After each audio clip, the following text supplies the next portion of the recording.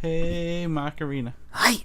It's not a bird, it's not a plane, it's Superhero Slate. It's a modern podcast where we talk about everything that's great, like movies, TV, superheroes. It's Superhero Slate. Oh yeah. Hello, everyone, and welcome to Superhero Slate, the show where we run down the latest superhero entertainment news. We love TV, movies, and superheroes, so let's talk it all out. My name is Chris Dillard. And my name's Mike Royer. And this week we talk Solo, the Star Wars movie, of course. Mm-hmm. We have Spider-Man 2 rumors I don't think Mike has heard about yet, so I'm really excited to talk about these with him. We'll wait and see. That's right. Potential Wonder Woman 2 titles and more. And that is more. Titles. Get your mind out of the gutter, okay? Yeah, well, here in the States, it is a holiday weekend, if you will, Memorial Day. So hopefully if you're listening to this possibly on a Monday, I hope you're having a good day off, or at least you got to go to some barbecues and or cookouts over the weekend, had some hot dogs, some burgers. I hope you're playing this at your barbecue. I want this to be on the speaker at the barbecue Oh, right God, now. please, no, that'd be so weird. Hey, guys, you want to listen to fun music for a cookout? Oh, no, you don't? Okay, I'm going to put on this podcast. Hold on, I got the Macarena album right here on Spotify. We could just play it on repeat. Yeah, just play it on loop. Look, my Spotify app has a loop button right here. It'll be super easy. It's not any effort. Nope, they'll request us personally. They're like, no, turn off the Macarena, put on Superhero Slate, please. Is that the bar we're setting right now for this show? I guess that's the bar. But the bar, we are exceeding or at least hitting the bar with our fan out there, Sean Bowman, out there on YouTube, saying we're doing a great job. Keep it up, and we're keeping it up. So thanks, Sean. I tell you what, Sean, we were looking at our YouTube numbers this week, and we weren't feeling happy, to be honest. And you made our day with that shout out. So thank you. Like we're not just saying, hey Sean, thanks for writing. We really mean that. That was like a surprise. Like whenever you get like one of those Kinder eggs and you're like, oh, the chocolate's good, but like there's a prize in here too. Hell yeah, that was Sean's comment. So that was YouTube is an interesting ground out there for podcasts because inherently the definition of a podcast is, it's like audio. It's like a radio program, and then pushing it onto a platform where you like to look at like cats being cute or people getting hit in the nuts or, things like that. My two favorite things. How did you know? It's a weird transition to make. So I think it's still a big experiment out there for a lot of podcasts, figuring out how to make YouTube work. So it's nice that we have some people out there that like listening and watching on YouTube. I know I watch a lot of stuff on YouTube kind of just for audio, and I kind of just slim it down to a small window on my work computer, kind of put it down there in the corner. It's just kind of a nice glowing thing down in the corner that I kind of enjoy. So if you're out there listening to us right now like that, I'm giving you a virtual high five. Awesome. That's really awesome. You know what I did this week, Mike? This weekend? I bought a new TV for my house. Oh, that's right. You had to send me the pictures to let me know. To show you how big it is now, because it's a big difference, actually. We got the 4K HDR because they are like cheaper than iPads right now. If you come by that. Wow. Yeah. And I put up the podcast and it'll look good on there, Mike. So thanks for doing that artwork and making us look good out there. You're welcome, Chris. It was really fun to see it on the Apple TV. I'm like, oh, that's our artwork for the show. That's really cool. So you can listen to us on your Apple TVs if you want. It's out there. It's possible. Cool. Did you do anything this weekend, Mike? I know we've already done one show today, so I forgot to ask you if you've done anything. This weekend for me was I pushed my viewing of Han Solo from Thursday night, which is usually when I see these big movies, and I saw it Saturday morning.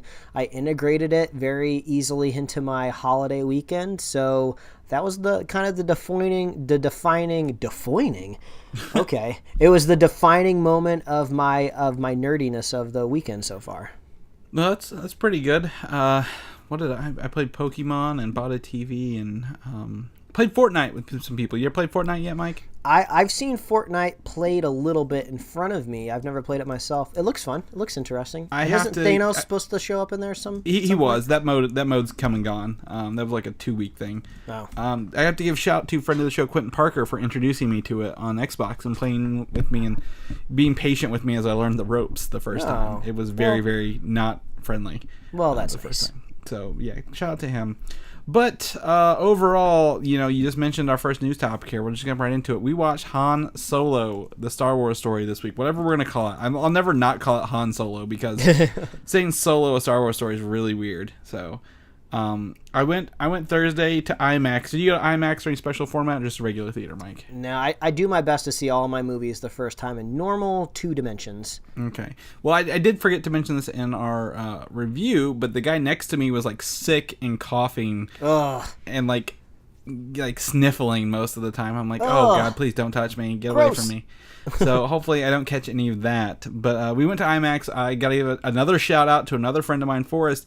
They had the special like 6 o'clock screening without special seats or whatever. That got the golden dice from the movie, the Han Solo. Oh, those golden dice. And he gave me a pair of those that I had left over.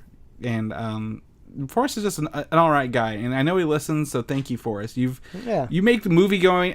I like paying for my movie tickets and going and getting the seats I want, and you make that experience so much awesomer, like with these little gifts and surprises. So well, that's awesome. Well, definitely shout out there. Before anyone out there gets too nervous, we're not going to spoil Han Solo for you right now. We have a spoiler. He dies in the end. We have a spoiler review up on our news feeds right now. So if you're subscribed to the podcast, you'll get that dropped in your feed, or you can head over to YouTube or wherever you listen to us, and that'll be there for you to listen to. But on a spoiler-free note, Chris, what did you think about the movie?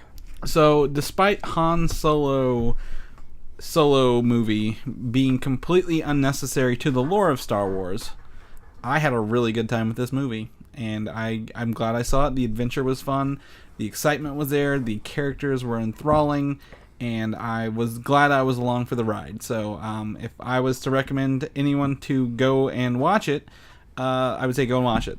That came out wrong. So yes. If you're on the fence, I recommend going and watch it. It's probably the most fun Star Wars movie of the last 4 years. So that's my take on it. Mike, I already know your opinion. Share it with the world.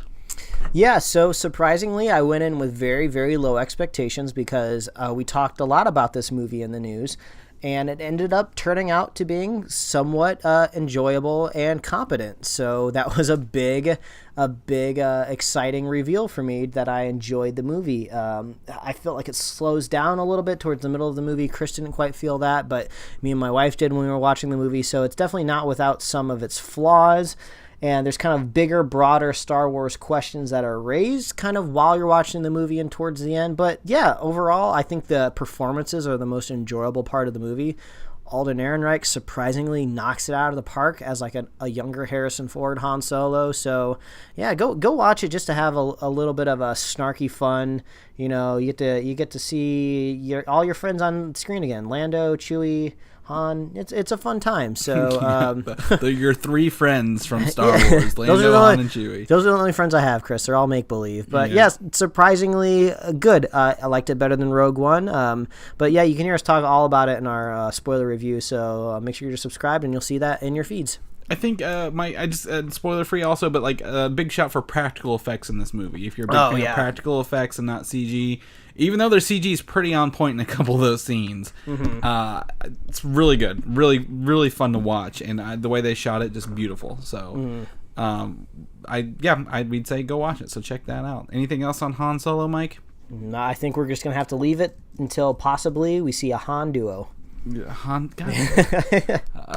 Anyway, let's talk about the news I didn't see coming when I was waiting in line for the movie theater on Thursday. A Boba Fett movie was announced officially from Star Wars on Thursday. Wow, there you go. So this is announced officially, but the Obi-Wan movie is not announced officially? That is correct. All right, there you go. Yep, and what is really cool about this is that they've gotten James Mangold to direct this.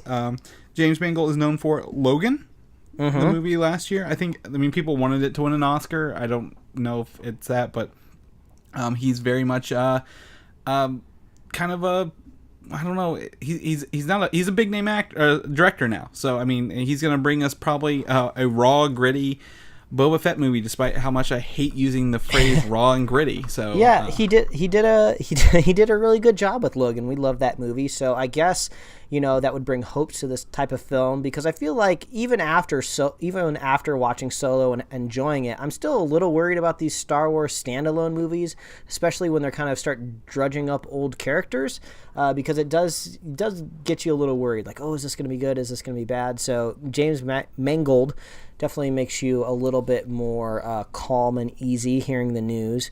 But Boba Fett, the character, what more do we need to know about him? Do we need to know more about the character, or do we just want to see him doing cool stuff on screen? Because we already know what his past childhood was like, from the prequels. We know his dad was like cloned like a bajillion times, and he just kind of dons similar type of armor as his dad, becomes a bounty hunter. I guess maybe we could see the origins of what made him want to become a bounty hunter. I don't know. Maybe he is really weirded out that there's clones of his dad out there still alive, and when he comes across, that's got to be addressed. His dad's a bounty hunter, so of course he has to be the bounty hunter. Yeah, if we taught anything from the prequels, is that the prequels dictate the future. So. Yeah, if you're making a Boba Fett movie, there's no way you don't try to explain what it's like to live in a world where your dad was cloned a bajillion times, and you might see his face in like a dark alley one night because he used to be a stormtrooper. That's got to be really weird.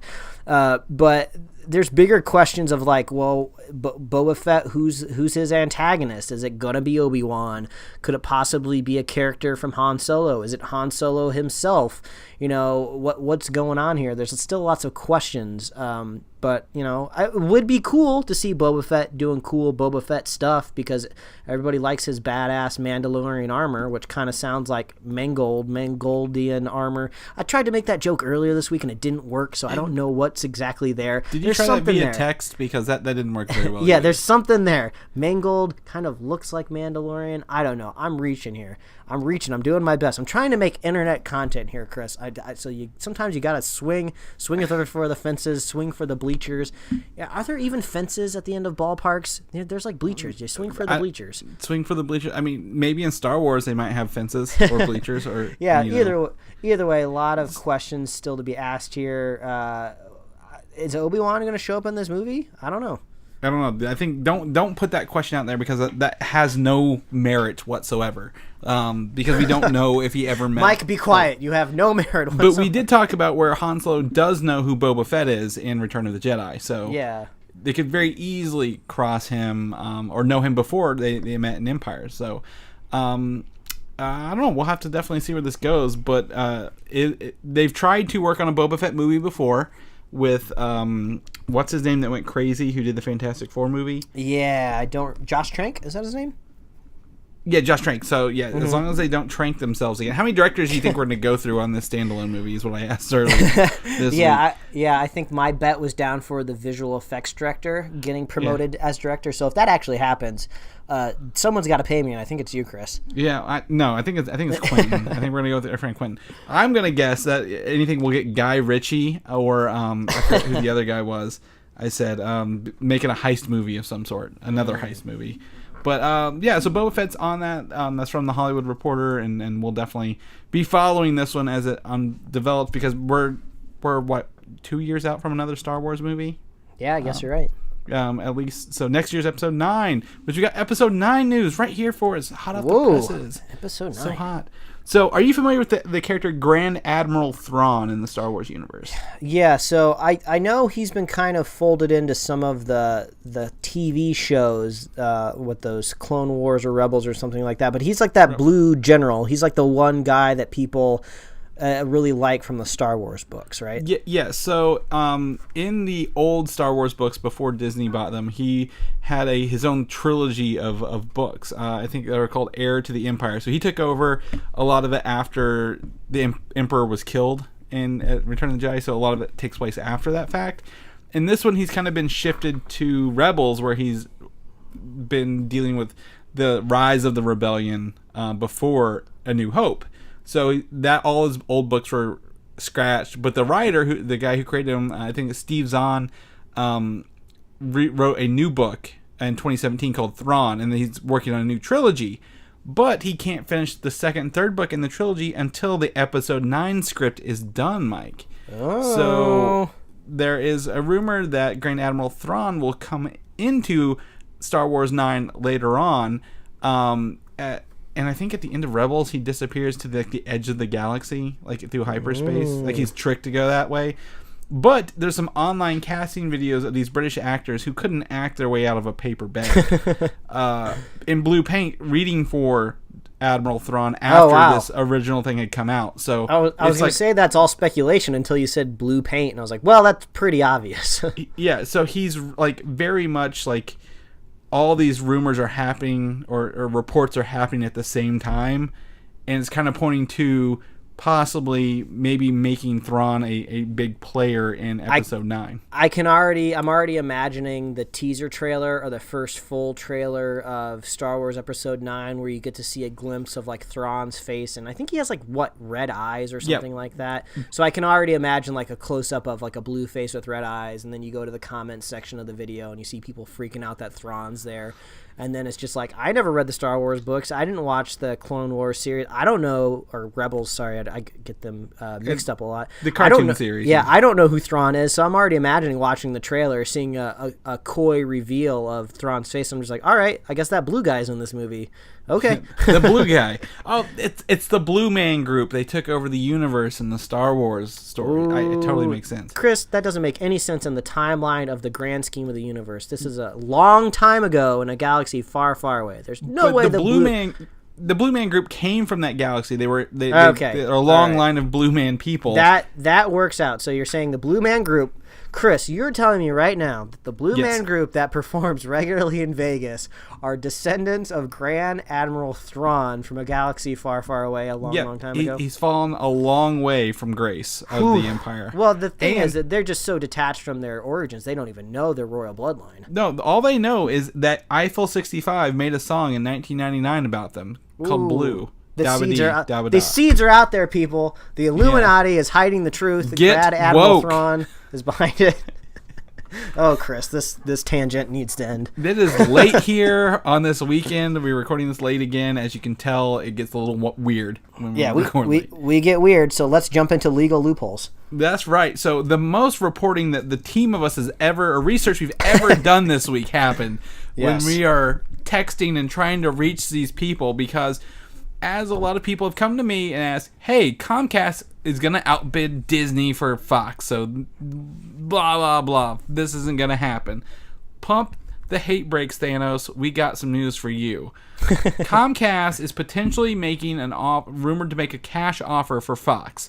Now, if you follow all the reports, all these reports are coming out of the Comcast group, nowhere else.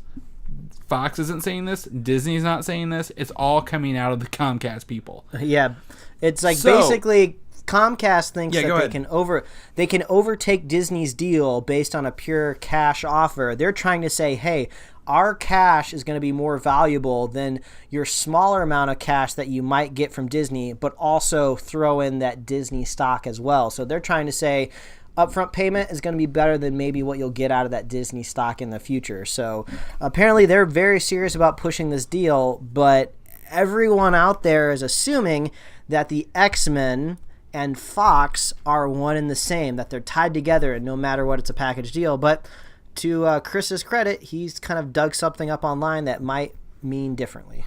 So Fox does not own X-Men and Fantastic Four. Marvel owns those. Marvel has licensed the use of those characters to Fox, 20th Century Fox Studios. Yes. Right? In technical terms, Disney owns the intellectual property of the X-Men, but Fox has the rights to make movies about them. Yep. So they're just borrowing. They paid Marvel and Disney this money to be able to make these movies. They've licensed them out. So they don't own them outright. They are essentially borrowing them to do movies with.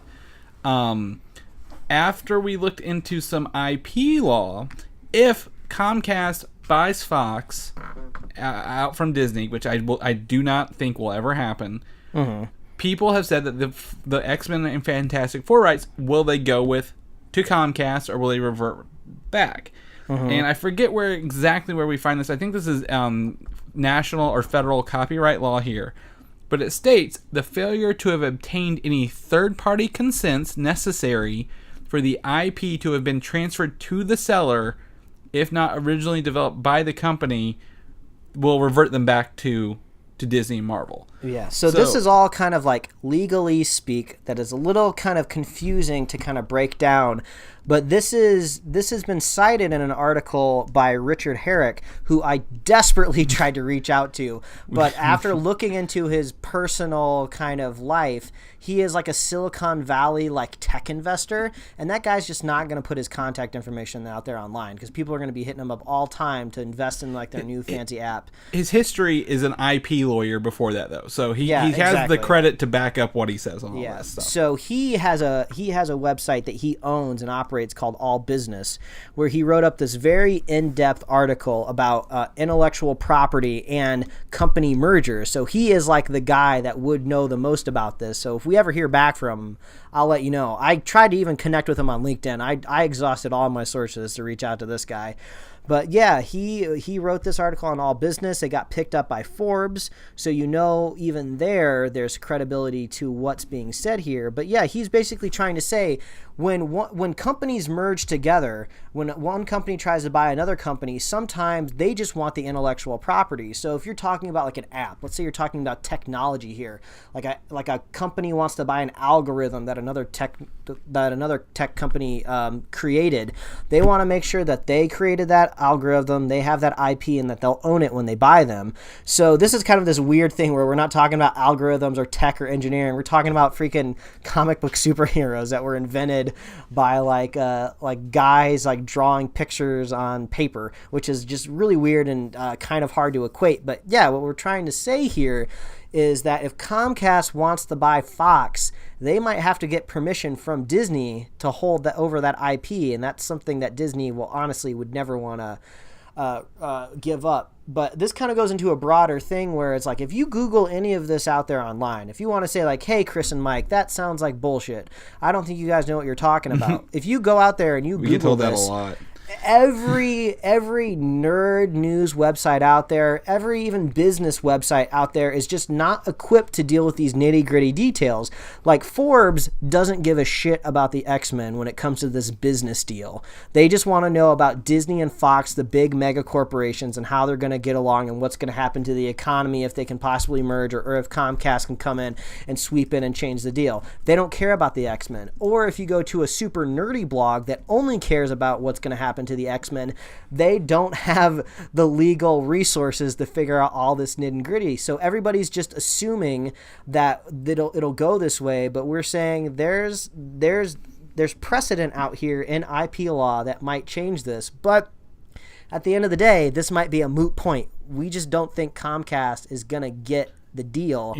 We think people at Fox are going to appreciate that Disney stock a lot better. And also, when it comes to kind of like Hollywood and dealing with the boys and the club out here with all these executives that hang out and chill, they probably just want to hang out with the Disney people more than they want to hang out with the Comcast people, So maybe it just comes down to who you want to have dinner with at the end of the day. So, yeah, hopefully Disney just goes ahead and buys them out, at least settles that worrisome problem, and then we just have to deal with a bigger mega corporation that is Disney. We'll worry about that when we get there, I guess. Well, so there are two things here that will also, other than just the rights, that would cancel it, like make this kind of stupid.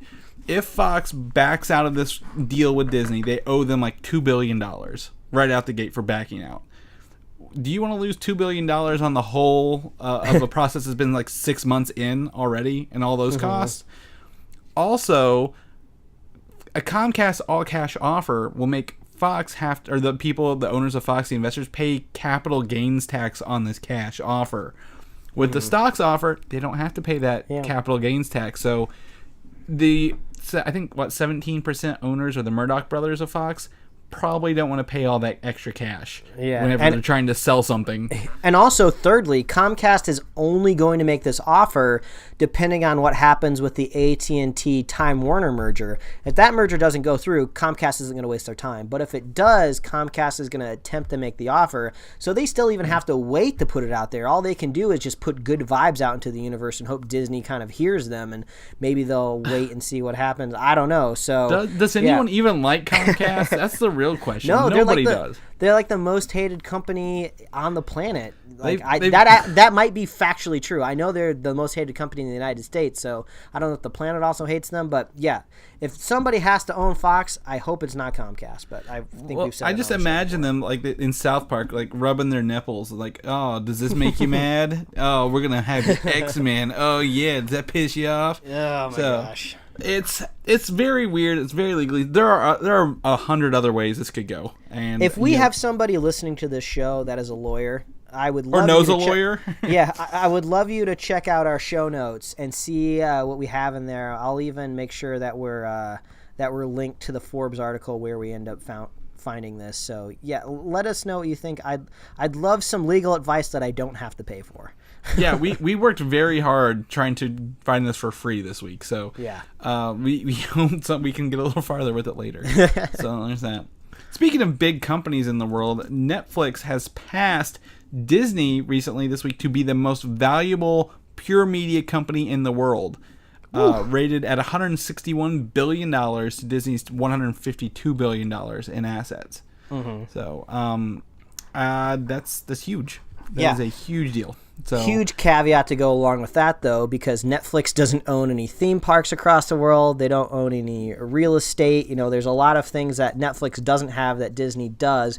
So I don't want to say it's like a false equivalence, but it's kind of like when people say like, oh, Tesla is rated higher than Apple is, but that all comes down to like market cap and like investor stock price. So yeah, like we said in the last news segment, we're no economists. We don't know all these nitty gritty, but all this is a good sign that Netflix is they're powering through. They're giving the middle finger to cable networks in a big way still.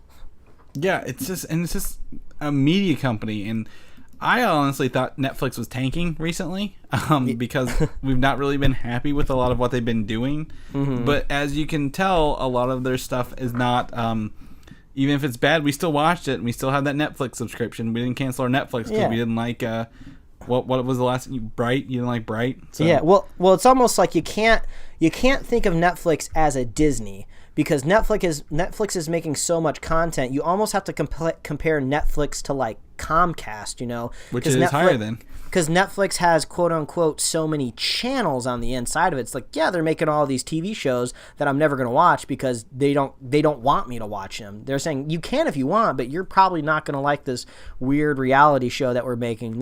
We're trying to get like women from 34 to like 52 to watch this specific show, so we get an uptick in subscribers in that demographic. Like we're making you like Lost in Space and more Daredevil that we're actually going to talk about a little bit later in the show. So that's probably why we get these weird feelings of like, is Netflix doing good?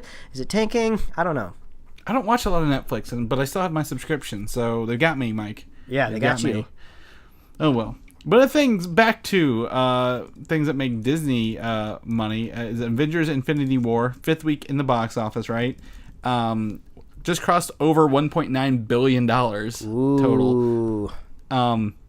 Not slowing down very much overall. I think this will cross the 200 or the $2 billion point. $2 bill club, man. I don't know. I'm gonna have to. I had the box office pulled up. I'm gonna pull it up again just to look at the overall top movies, and of course, Infinity War is Black Panther has more domestically than Infinity War right now. Believe it or not.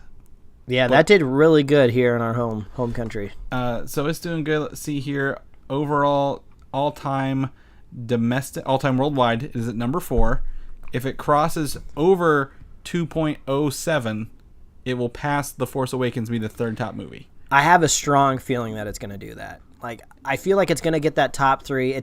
I don't think it's going to crack the top 2. Those feel pretty cemented right now. Titanic and Avatar. Titanic again is only about 100,000 away from The Force Awakens. It could possibly get 2.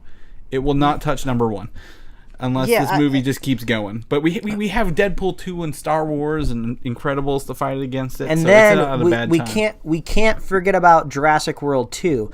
I know that's not really quite in the superhero realm of things that we like to talk about, and we know Jurassic World kind of had mixed receptions between critics and audiences, but that first Jurassic World movie made a ton ton of money. It's literally the only one below Infinity War. It's right below Infinity War right now. So if Infinity War is hoping to crank out some of those dollars after Jurassic World 2, which is what, June? 22nd. Like the third week in June. So it's got to be doing it now. So it has, what, 4 more weeks to kind of crank those dollars out? Yeah, and that's about when it'll probably die off, even though Black Panther...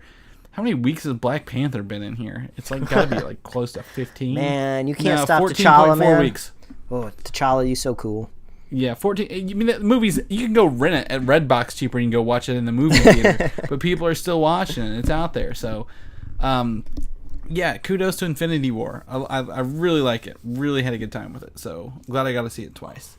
But we're looking forward to the next Avengers movie because we got questions, Mike, and they got answers. Yes. So the first official synopsis for Avengers 4 is out. And this will just either confuse you, piss you off, or just leave you feeling meh. I don't know. So I'm going to read this verbatim. You ready? All right. This.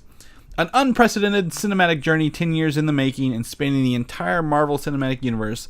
Marvel Studios' Avengers Infinity War brings us to the screen the ultimate deadly showdown. No, this is it.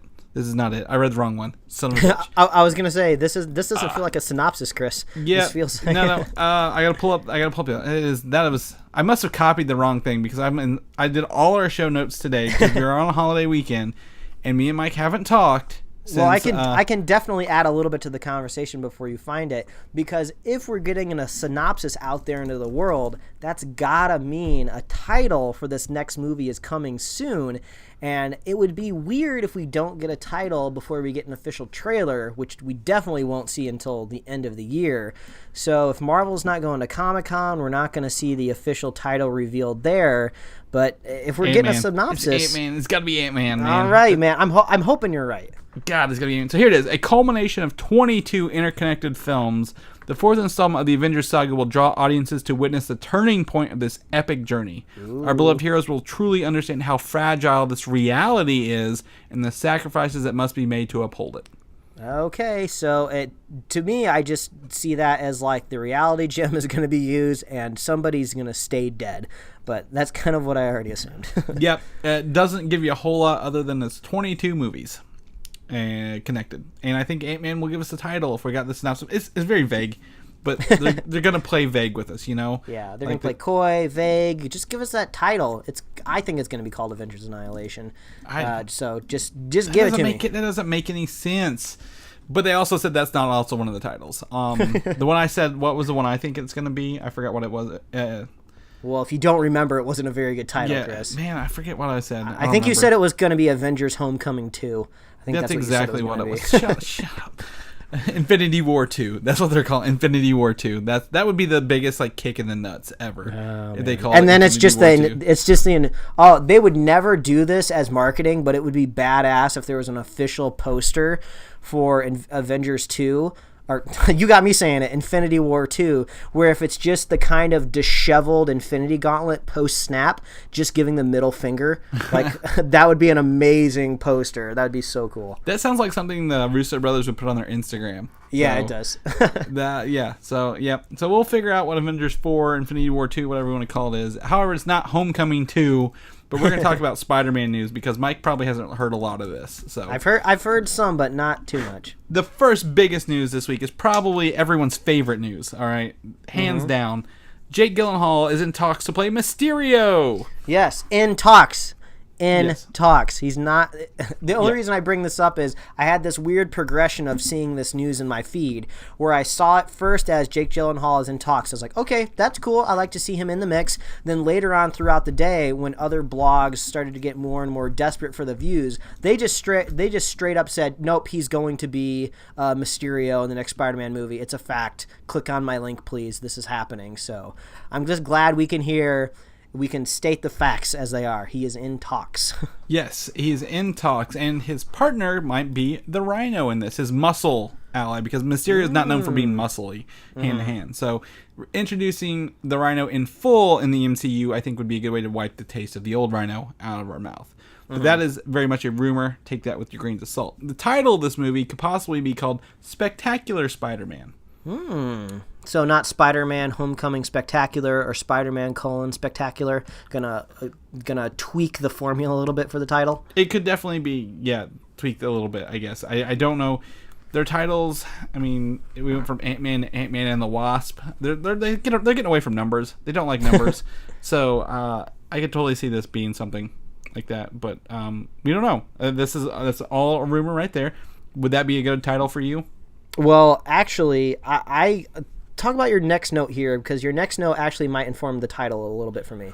So the next note is Spider-Man 2 may not take place after Avengers 4, but could be the part where it leads into the field trip at the beginning of Avengers 3. So this makes me think if Spider-Man was called Spider-Man Homecoming, alluding to the homecoming dance, maybe the next one is called Spider-Man Field Trip. Oh, Lord. Like, I'm not even kidding. That literally could be it. I mean, if we're kind of tying this into high school things, that could be the next title, which makes more sense than Spectacular Spider-Man, because you're really kind of throwing a wrench into the formula. And also, not just the formula. You're building your own formula. Well, no, not even the formula for Spider-Man, the formula for all of these other movies. Captain America Civil War, Captain America The Winter Soldier, Thor Ragnarok. All of these new movies are kind of pending on these kind of descriptive titles of what we're seeing in the movie a little bit. So I would like to see them go in that direction. But Spectacular Spider-Man does kind of seem next on the list of, we've used the Amazing Spider-Man already for the not Tobey Maguire, that guy, Garfield, Andrew Garfield. He used that one up already. I don't think they have a platform in place, simply because I'm going to use Ant-Man and the Wasp as another example where they just add on the second character to the title. I think they're very open to changing the titles to whatever they need to be. But I don't know. But would you be okay with Spider-Man 2 being in front of Avengers 3 rather than after 4? That kind of goes against what we've officially heard from Feige, right? He told us that Spider-Man, the next version, the next movie, he would kind of be dealing with the fallout and the ramifications of what happened in the Avengers. I don't know if Feige was specifically talking about Avengers 3 or Avengers 4, but I feel like that kind of goes against what Feige has told us already, you know? I don't know. I just know that the movie will be a global movie. Like, he'll be going around the world to different places, and Black Cat is not in it. Is that like technically the field trip? Is he? Are they coming back from LaGuardia Airport on the bus? They just got back from Paris or something like that. Well, they're going somewhere to it, but it's talking about being in the a global thing. That's all he's confirmed. I don't know anything about it dealing with. You know what? As long as Ed gets to go with him, I got to see more Ed. He's fun. We're all gonna die. Ned, Ed. You apparently don't remember his name, so you don't like him that much. The man in the chair, guy in the chair. The guy in the chair. Yeah, he's good. I think his Ned's there to be fine. The cast is great. We all know he's ganky. He really is. The possibility of introducing Spider-Woman in this movie is there. Spider-Woman was not bit by a spider, by the way. She does not have the same power set or origin as Spider-Man.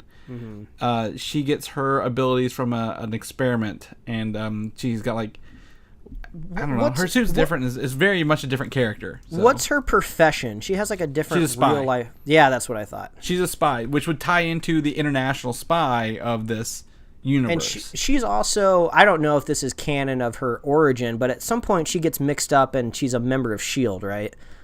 Or am I thinking she's a spy for S.H.I.E.L.D., but she goes into AIM as undercover and Hydra and other. That might be kind of cool to see another costumed web slinger on screen. We haven't seen that yet in any Spider-Man movie. She doesn't use webs.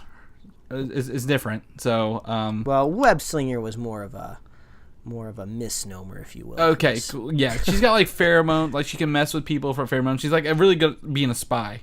And I don't know, maybe it could be someone the same age or maybe older and doesn't realize Spider-Man's a boy until later on. They've used that before in the Black Cat stories. Another rumor is the Osborn Corp has purchased Avengers Tower. That's why they were moving out of it. So many rumors. I like this rumor, though. I mean, we kind of toyed around with the idea that maybe it would turn into Fantastic Four's Tower. But I feel like in order for that to happen, Reed Richards kind of really needs to be an established scientist that can throw around that kind of money. But yeah, I like the idea of Osborn Industries really kind of being a central point in New York City. That would be kind of fun. Yeah, and that makes sense with that tower being empty. It's the biggest tower there. Oscorp tower is usually the biggest tower in New York.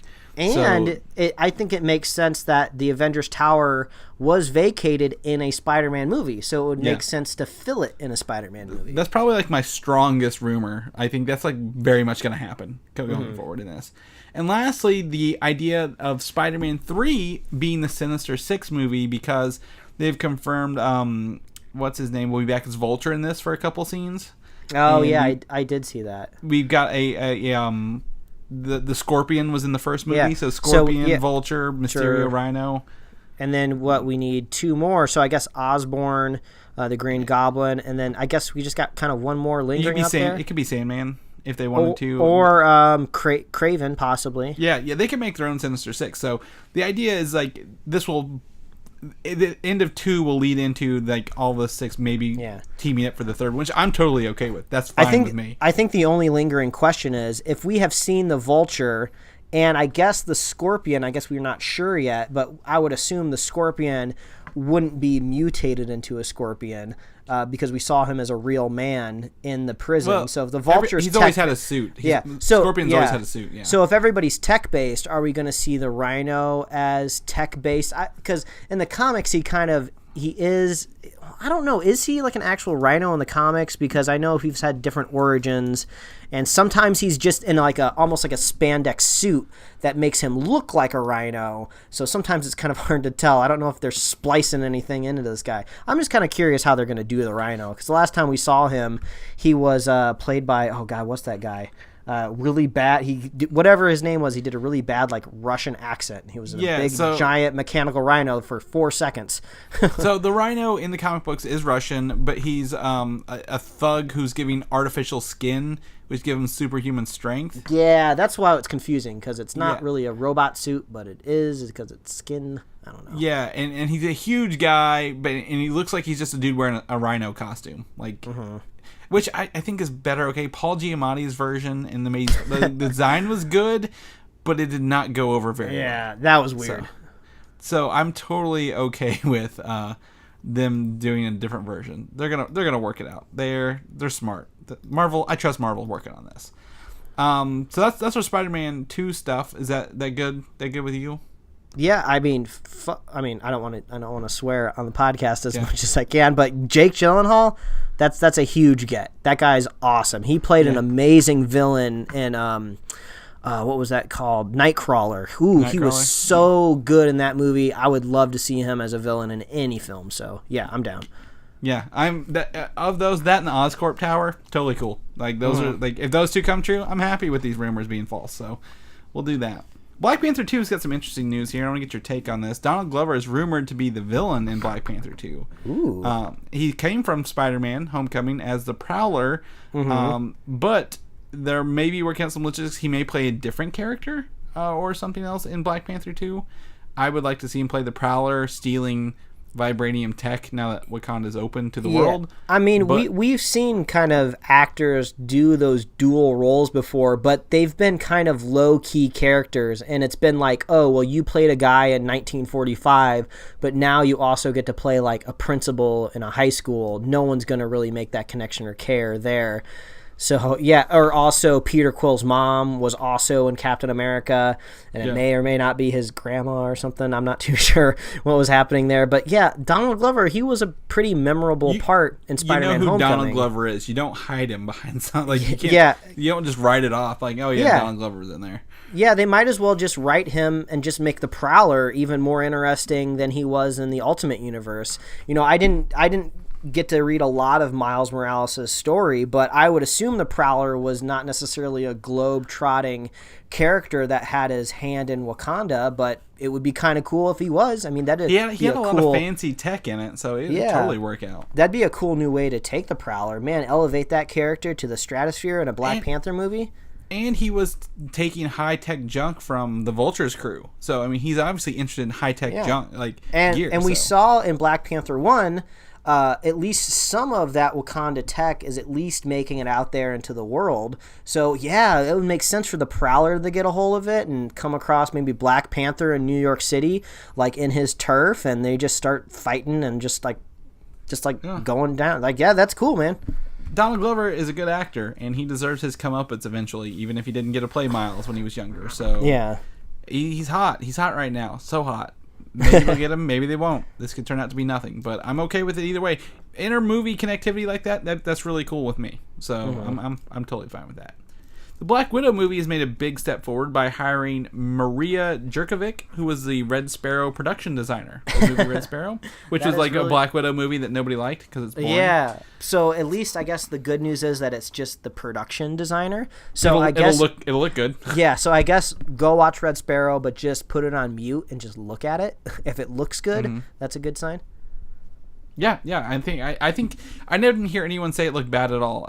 Maria has also worked on like Tinker Tailor, Soldier Spy, a lot of other spy movies that deal with like Cold War spy stuff. So I think she's gonna nail that look and feel really easily. So that's a good grab. Might as well. Ever since everyone's like Red Sparrow, isn't this like a Black Widow movie anyway? So got that going for him.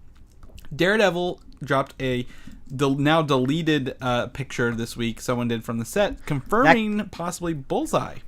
I wouldn't even say possibly. There's like 3 elements here that tell me Bullseye is in this season factually for sure. First of all, I wasn't sure what I was clicking on when I was going into this, but yeah, a bullseye literally behind Daredevil's name on the logo. I mean, come on, that's Bullseye. Yep. You look at the emoji game in the Instagram post. You literally see the bullseye emoji with the dart and the bullseye on there. I mean, come on, you got 2 there. And the third thing that confirms it is it was removed and taken down. Yeah. It's Bullseye, and it makes sense. That's a big Daredevil character that we've yet to seen. And Matt Murdock has been kind of in the Netflix world for 3 seasons of shows now. So, yeah, it's time to bring in Bullseye. Yeah, and that logo is purple and white, which is Bullseye's color. Yeah. And this is from the costume department, so they know what they're doing. This isn't like some fan-made thing. So yeah, we're not embroidering random stuff on jackets over here. Yeah, so I think we're going to see Bullseye, and I've seen some other stuff that may have confirmed that along the way. We don't know who's playing him, but I'm definitely excited for Daredevil Season 3, especially if we get Bullseye now. Yeah. And if they're integrating it into the logo, he's going to be like the villain. It's not like he's just going to be like a dude that like shows up for a couple episodes. It sounds like he's going to be the main antagonist. Probably along with Kingpin, obviously. Yeah, like it's got my hands going together, Mike. Can you hear him over here? Like that's exciting. I hear him. That's good tape, man. That makes good tape. That is great. It's gonna be great to watch that. So we'll keep you posted. We don't have a release date yet, but we'll let you know when. Cloak and Dagger, some first reviews are coming out and thoughts, Mike. And I thought I'd just share with you the pilot episode reviews. So a couple thoughts, spoiler free. All right. Apparently, the tone of the show exists between S.H.I.E.L.D.'s lighter tone and the darker Netflix shows. Okay. Which is okay with me. And apparently the actors have great chemistry and are the entire reason to watch the show. Every review praised the acting in this show. Wow. Between the two leads. I mean, that's good. I saw my first billboard for Cloak and Dagger in town, which I thought was a pretty big step. I mean, nobody knows who Cloak and Dagger are unless you're like really into the comic books. Like, no one's just gonna just offhandedly have heard Cloak and Dagger, just throughout just watching this stuff live action on the screen. So seeing that they're getting a billboard treatment, maybe that gives me a little bit of hope that this show is like a real thing that I can actually watch soon. So I'll probably check out the pilot, but there's only so many hours in the day, Chris. I don't know if I can slot this into my weekly watching. But the summer's here, so you can't really tell me you're watching anything else. Yeah, I guess. Your schedule's out the door. I'm not really watching Westworld right now because I'm a little underwhelmed. So maybe I'll try Cloak and Dagger. I really like Westworld. I'm digging it, but I haven't caught up on Legion. I need to sit down and just watch all of Legion because I gotta watch it. Like you can't look away, and that's my problem there. We talk about Morbius, the living vampire. Oh, God, do we have to? Yeah, we have to because a log line for the film has been revealed, and that means there was some casting news, but I couldn't figure out what it was trying to say, so I just left it out here. But it's a horror action story of a scientist who, in trying to find a cure for a rare blood disease, accidentally transformed himself into a living vampire who, though disgusted by his own bloodlust, chooses to prey upon criminals he deems unworthy of life. It seems like Sony's taken the anti-hero approach to all their movies. Because this sounds a lot like what Venom might end up being at the end. Like, Venom's going to stick around while they only kill criminals. Do you think they're building like an anti-hero sub-world with these characters. Maybe they're going to see what movie performs better, Morbius or Venom, and then they'll get the last slot in the Sinister Six. They're just like, we're just going to make a couple villain movies, and we're just going to see if Marvel wants to put any of them in the Spider-Man movie that we're doing together. We got that one empty spot. This is just such a weird character to make a movie out of. Like, okay, Ant-Man and the Wasp, like, I get it. Like, Ant-Man is kind of like this sub-tier character that they kind of promoted to, like, the limelight, you know, to get his kind of very much extended and deserved 15 minutes of fame. But Morbius, he's just like this really obscure Spider-Man villain. I don't think he deserves a standalone movie. I think it's the genre they're after more than anything else, but because I couldn't figure out, like, of all the characters, I'm like, yeah, vampires and horror, yeah, that Sony hasn't really tackled that a whole lot yet, and I wouldn't know who else to put in a horror movie from Spider-Man's gallery that they have. Do they need to do any of them? Probably not, but I would choose this over their Black and Silver or Black and whatever it's called movie any day. About, you know, mercenaries fighting each other from Spider-Man that nobody knows about. So I don't know. I guess they'll probably actually have to see if Venom even performs before they step forward with this. But I know they're working on it. So maybe this can be a movie made for Epix, and it can live alongside of that weird Alfred TV show. Yeah, it could be. I don't know. Again, the new CEO of Sony doesn't like the movie section, so this may never come to light. Silver and Black stopped production or went on indefinitely hiatus the week before it was supposed to start producing. They may just be putting stuff out there to say, hey, we may be working on things. Know what they should do? They should just come to like a nice little agreement, and I think Morbius would probably make a more of like a better character possibly in a Netflix TV show. Put him with Blade. Put him with Sony, Blade. Yeah, Sony just needs to sit down with like Marvel and Netflix and be like, hey, come on, let's just let's maybe add this to this. Like, I think it's gonna work better. Or it could be a Hulu show since Disney owns big stock in Hulu. I don't know. Maybe I'm not watching Runaways quite yet, so. Well, that's different. That's like a freeform style show. But if you choose a Morbius and Blade Hulu show, I'd probably watch it. Ooh, throw in Squirrel Girl just to make it weird. I don't really want to. That is weird. Vampire squirrels. That'd be so cool. Get out. You're out of the show. You're off the show. I need a new host to talk about Wonder Woman 2. Steve Trevor's possibly coming back for the sequel or Descendant. Apparently, Chris Pine has been filming some stuff. So he didn't blow up in a plane? We don't know. We don't know where the DC stuff sits, Mike. We don't know what they're going to do with a lot of things. So it could be a flashback, could be a memory, could be some nephew or something. I don't know. Is that Wonder Woman's true call to fate? Is she's just gonna sleep with all the descendants of Steve Trevor? That's right. Like, hey, guess what? I slept with her grandfather, and you're next. She's got a tree with check boxes on it, and then she goes down the family tree. She just marks them off. That's not good for feminism. No, it's not at all. But Warner Brothers has bought some new Wonder Woman domains this week, which may give us a hint at the title of the sequel, which I assume they'll probably announce at San Diego Comic-Con this year.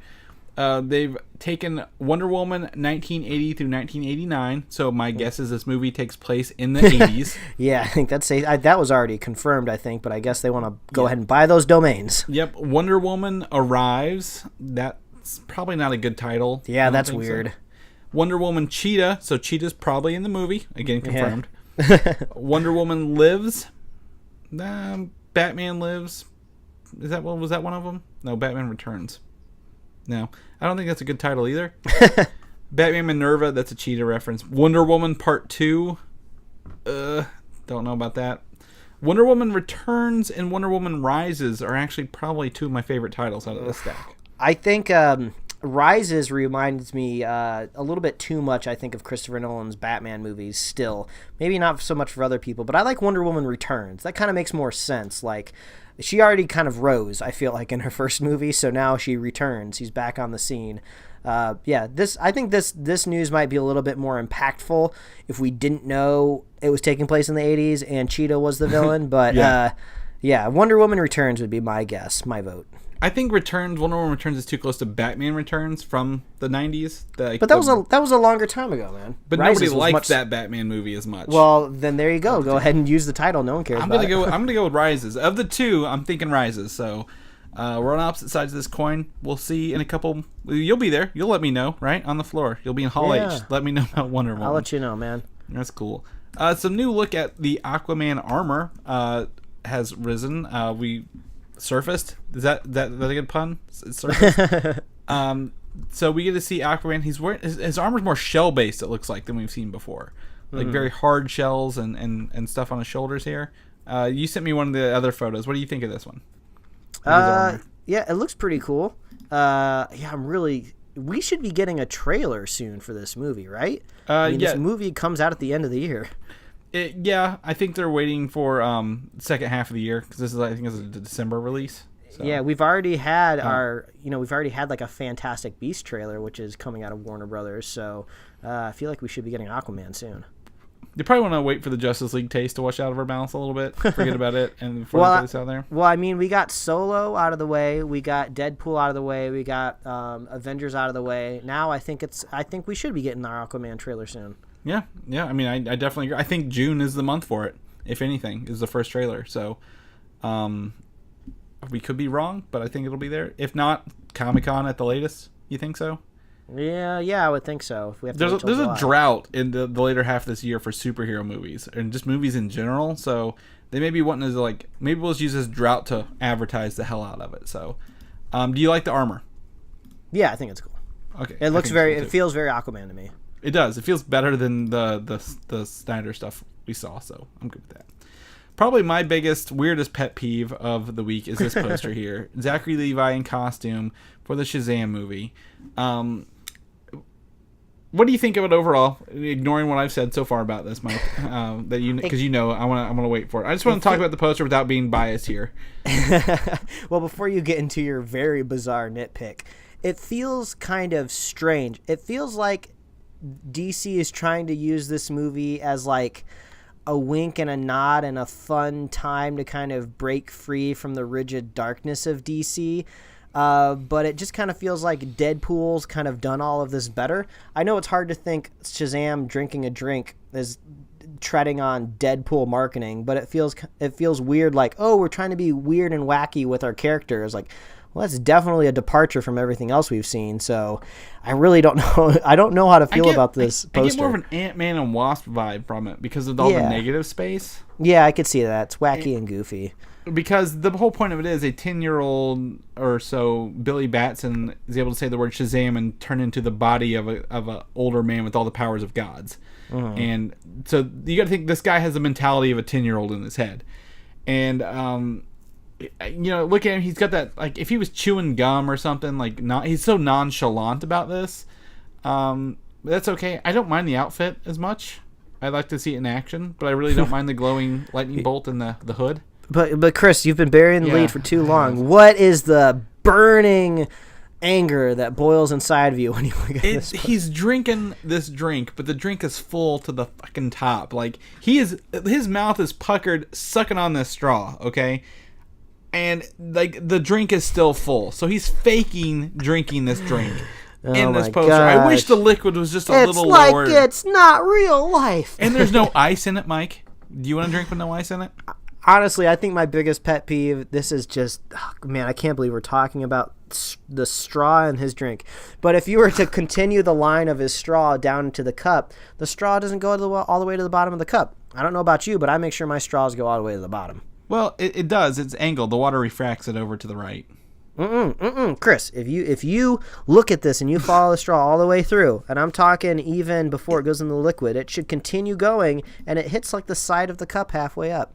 But truth. I think the liquid's is fading. It's getting darker. It's fading into the darkness. I bet it goes all the way down. I'll work up some charts. I'll get some geography going. Not geography, geometry. Can you just Photoshop the liquid down like a little bit and fix the straw while you're at it? Just make us both happy in one go here. We got to move on to the next. We have been talking about Shazam's cup way longer. I don't like it. I don't approve of it. I want some realism in this movie. So whatever. The Lego Movie Part 2 has got a title and a poster, and this poster has got me asking all sorts of questions, Mike. Why is it red, white, and blue? Like, is this like where they going to like America Land in Lego Movie or what? I think it's just primary colors. But I like how it's called the second part. That's kind of funny. It's like a very upfront title, but also part kind of makes me think of Lego parts, so I'm okay with it. Mm-hmm. I also like how the Lego word is not like the same textured substance on the movie bottom. Like it's actually like got different pieces covering up the Lego studs, where it's kind of flat. But why is it red, white, and blue? The other one had the yellow, red, and blue kind of color to it. But what's the patriotism here? Is it because it's Memorial Day weekend? Is this what the last bit of the show is going to be like? You just diving into the littlest tiny details of all of That's not a tiny detail. That's a big detail. Look how red, white, and blue this is. Well, all I have to say is the majority of the Lego movies so far have been very good, so I'm looking forward to this one.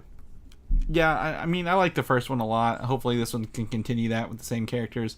February 2019, that's a little sooner than I thought it'd be, actually. The first Lego movie, did that come out in February? I know Lego Batman did. That was an early in the year movie for sure. The reason is because I really liked it, and by the end of the year I forgot it even came out that year because it came out so early. Oh, February 7th, 2014. Yeah. So yeah, it was. By the time it was much later in the year. And you notice how I said 2/3 because everybody has forgotten about Lego Ninjago. Sure. Yeah. Well, I mean, I haven't forgot about it. A lot of people just didn't watch it, so not a lot of people liked it. So Lego Movie 2, we're looking forward to it. We'll probably again get our trailer at Comic-Con for that one. Warner Brothers seems to be holding back on a lot of this stuff for a little bit because Shazam I think is April of next year, right? So they need a trailer too. Men in Black, the spin-off movie. I actually watched Men in Black 2 today. That movie sucks. It sucks so hard.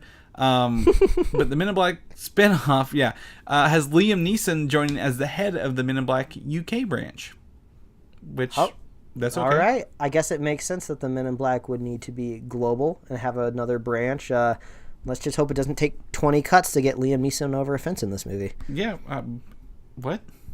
Yeah, in one of the Taken movies, it's like a popular, not like a meme, but it's like a very viral video where it's just somebody uploaded the scene of Liam Neeson having to work his way over a fence in like the 6th Taken movie, however many they've made. But it's like 20 cuts. Whoever edited that movie was just like, Liam's having a hard time getting over this fence. We're going to have to cut this every 2 seconds so it looks like it's fast-paced. Yeah, it's ridiculous. Wow, I'm going to have to look this up. Yeah. So in this, he's supposed to play in the original one, it was played by Rip Torn, who was like the head. He didn't like leave his office, so I don't think he'll be doing a whole lot, but just yelling at people in his accent.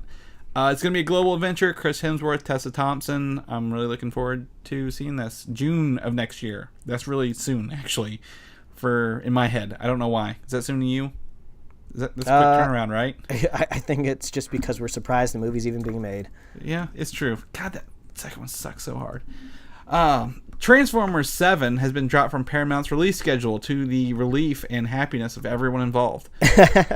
Are we still getting that Bumblebee movie, man? Yeah, that's the last one, and then they're gonna reboot the whole damn thing and probably mix it in with your G.I. Joes and your Mask and your whatever other franchise, Micronauts franchises they have over there. So they can have their toy universe where you can make all the toys. You want to transform your G.I. Joe into a car? You can do it. We'll do it for you. I actually watched after Men in Black ended the second what was it called? G.I. Joe movie was on. That movie is not too bad some of the time. So they kill what's his face right off the bat. Oh, good for them. James Bond. I've been watching some old James Bond movies. If you haven't noticed on my check-ins this week, Mike, I saw because I've only seen Daniel Craig movies, and I went back and watched the Sean Connery movies. I've never seen anything in between. So I went back to watch some Roger Moore ones before he got real bad in them. So I've been watching those. They've been interesting. They're of their time, that's for sure. But the 25th James Bond movie has been officially announced, releasing October 25th in the UK, November 8th of 2019 in the US next year, with Danny Boyle set to direct, and Daniel Craig to return as Bond. So, wow, the Daniel Craig, the Potato Man, as you like to call him. Yeah, he looks like a potato in a suit, man. Is back at it. Yeah, we've mentioned this on the show many a times. We're not big James Bond aficionados, so I don't think we're the ones to really look to when it comes to James Bond. But all right, is it like 14 years of James Bond for Daniel Craig? Is that too much? I don't know. I feel like this has to be his last one. I mean, we didn't think we'd see him again, so I got to imagine they brought a dump trunk of money to his house. And they're probably going to plan to make it his last one as well. Yeah, like they're rather than probably, the last one who set up we're setting up a whole sequel. No. They're probably paying him in gold and Bitcoin to get him to do this movie. Yeah. They're paying him in the James Bond cars. Like you can have this car when we're done. So yeah. That's all right. That's all right. We're not the big fans. Do you watch The Expanse on wherever it was on? Was it TNT? I've seen a couple episodes of the first season, and Sci-fi? it seemed to be going in like a fun direction. But I hear really good things about it. So it got 3 seasons on Sci-Fi, and the 4th season is officially picked up at Amazon. So hey, good for you, Amazon. You're making a lot of people happy with that. Yeah. So and I think it might have one more season. There, I don't know. Maybe they've not announced anything more than one, but this is one of those another example where TV shows can live on other platforms after they're done. Yeah. Sci-Fi is still on Krypton. People keep saying it's good. I heard the finale was mind blowing, Mike. Wow. Yeah, I'm surprised. Some more people were telling me that today, and they canceled The Expanse. I know some. I think a listener of the show, Marshall. I think he's a big fan of The Expanse. I hope that's right, Marshall. Don't get mad if I'm wrong. But that's cool. It's living on somewhere else. And this is the last thing. We've been putting this off for a little bit, Mike. Agents of S.H.I.E.L.D. wrapped up. We finished it up, right? Mm-hmm. Season 5. We want to talk about this. This might get a little spoilery if you've not caught up on S.H.I.E.L.D., so you might want to tune out right now. Yes, right now. You know the rest of it. Come back later when you're done. But I think we want to talk a little bit about Season 5 and the future of the show. Yeah, let's do it. Season 5 felt a little long to me, man. I gotta be honest. It was like one big story instead of multiple little stories. And I didn't care for that as much. Yeah, some of the previous seasons, you can even go on Wikipedia and you can see they're distinctly separated, I think, like into thirds. Yeah, they call them pods when they were making them, like pod 1, 2, and 3. And this season started off with the potential for a pod in the future. And then once that was done, I'm like, okay, they're going to come back and they're going to do something different. But the first half of the season is all dealing with future versions of them, like dealing with them in the future, then coming back and trying not to make that future come to light. And there are some good moments, and then there's some bad moments. Like the whole thing to save Coulson was just miserable at times, because like we got to save Coulson, and everyone's like, if you save Coulson, the world will blow up. So that was kind of disappointing, but I think it ended in a really good place where they let Coulson go off to Tahiti to quote unquote die, even though season 6 is around the corner. Yeah, I'm really curious if they would actually kill him off. I don't think they will. I think they're just setting it up to be, because that last episode was supposed to be a dual series finale if it went that way. So I think we wanted to end on a note. Which would have been great, by the way. Yeah, if this is the last episode, at least he finally made it to Tahiti, and he gets to hang out there with Agent May. But man, that's going to be a real depressing time for Agent May. That's the only thing I could think is just like, okay, you get to watch Coulson die in front of your eyes, while after he's retired, it's gonna be rough for you. So that kind of left me feeling a little weird. So, but yeah, overall the season was fun. It didn't really feel too slow for me, just because I was watching it in very unplanned spurts. So like I would kind of build a couple up on Hulu, watch some here and there. I took a long break for a while. I jumped back in.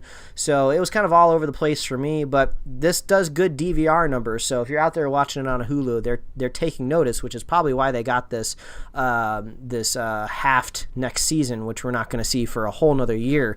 We're like on a Netflix schedule with this show now. It's just like, wow, it's not a couple more months until I get S.H.I.E.L.D. I have to wait a whole year to see more Agents of S.H.I.E.L.D., so that's going to be a little bit of time. But I did like to see General Talbot made a really cool villain in the end. I thought his motivations were very clear. It made a lot of sense. He felt very crazy and very believable. And when he got into that weird kind of alien suit, he looked really badass. Like he looked like a villain. That costume design really worked for me. So, I mean, we're big fans of Earth's Mightiest Heroes. In the first 2 episodes of Earth's Mightiest Heroes, Graviton is the villain in that, and he's really dangerous and looks really cool. And this is actually a throwback to season 1, like episode 2 or 3, where they get the gravitonium, and they finally get to pay it off and create Graviton. I did not see Talbot becoming Graviton at the end of it, but enough to piss off the aliens, who were apparently preparing us for Thanos, or like going to take over the world after they knew Thanos was coming for us.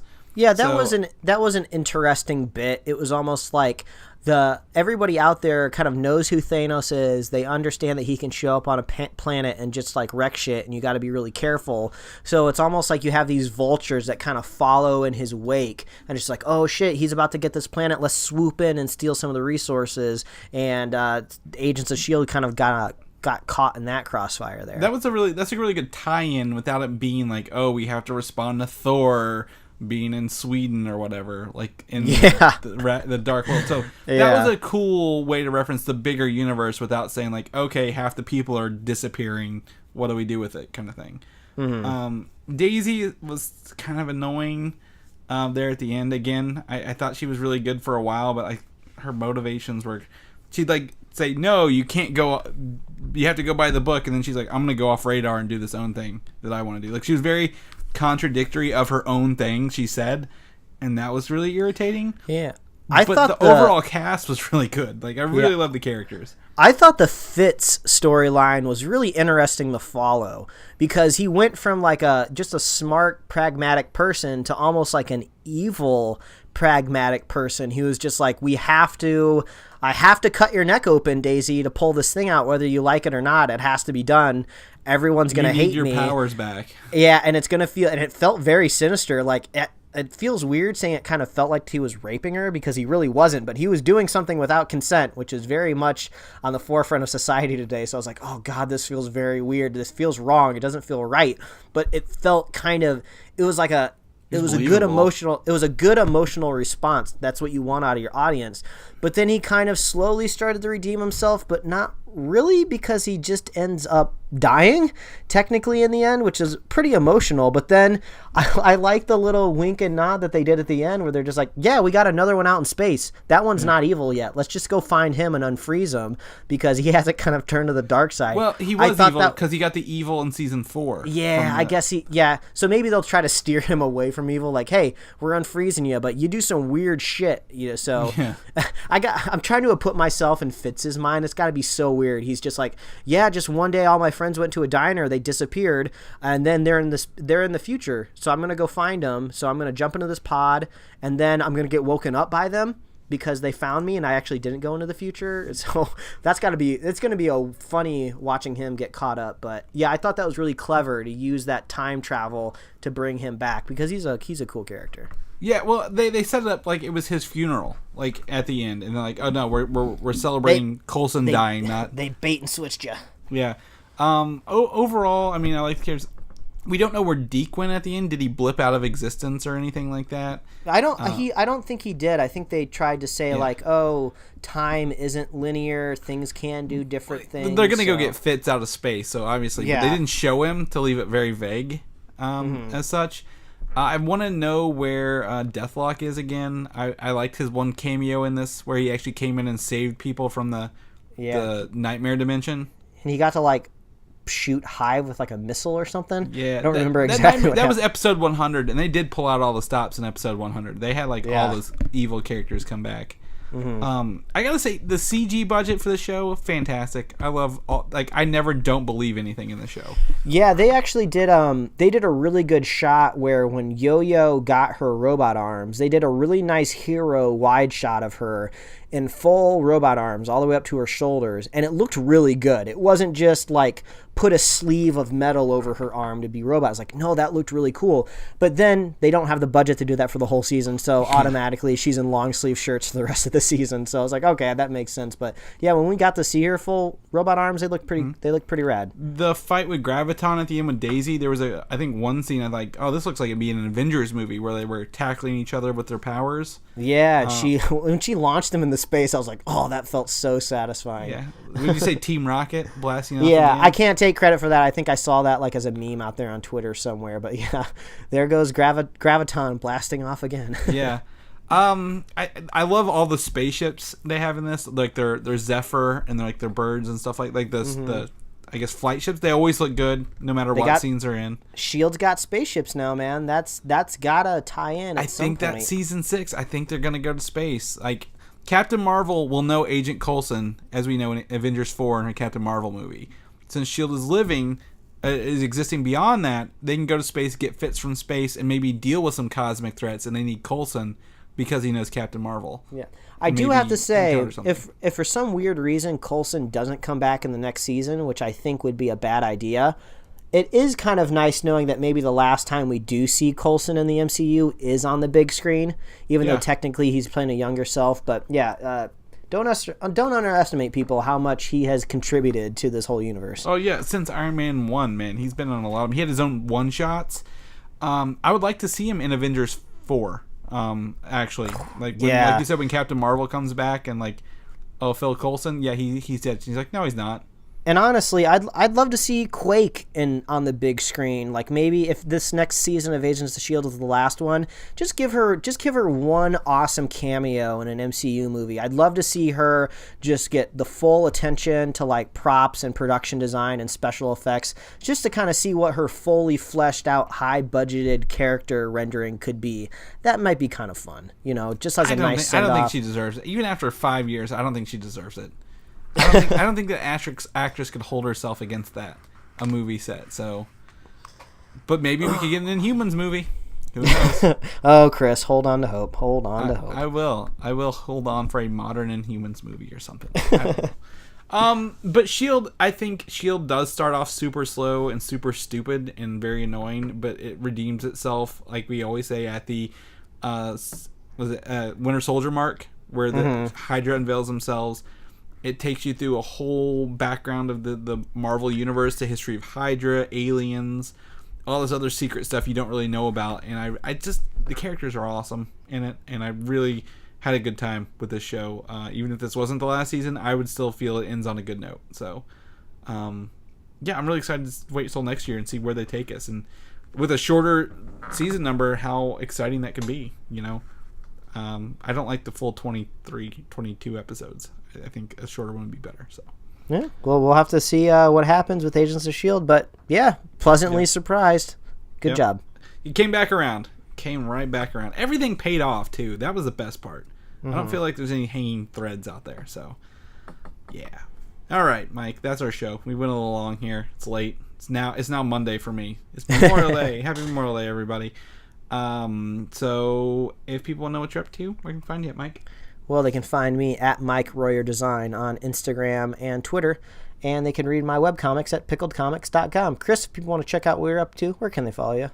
You can find me on Twitter at Valdan, Valdan, or Instagram, Valdan87. You can also head over to Comic UI and see the stuff we do there.